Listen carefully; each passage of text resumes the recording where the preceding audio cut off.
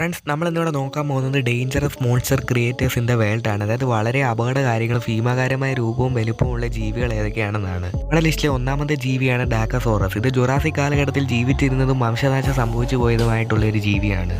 എനിക്ക് 4 തൊട്ട് 5 മീറ്റർ വരെ നീളവും 450 തൊട്ട് 910 കിലോഗ്രാം വരെ ഭാരവും ഉണ്ടായിരുന്നു. രണ്ടാമത്തെ ജീവിയാണ് ശാസ്ത്രസോറസ്. എനിക്ക് 4 തൊട്ട് 21 മീറ്റർ വരെ നീളവും 62,000 തൊട്ട് 68,000 കിലോഗ്രാം വരെ ഭാരവും ഉണ്ടായിരുന്നു. മൂന്നാമത്തെ ജീവിയാണ് ബസിലോസോറസ്. 51 മില്യൺ വർഷങ്ങൾക്ക് മുൻപ് വംശനാശം സംഭവിച്ചു പോയ ഒരു ജീവിയാണ് ബസിലോസോറസ്.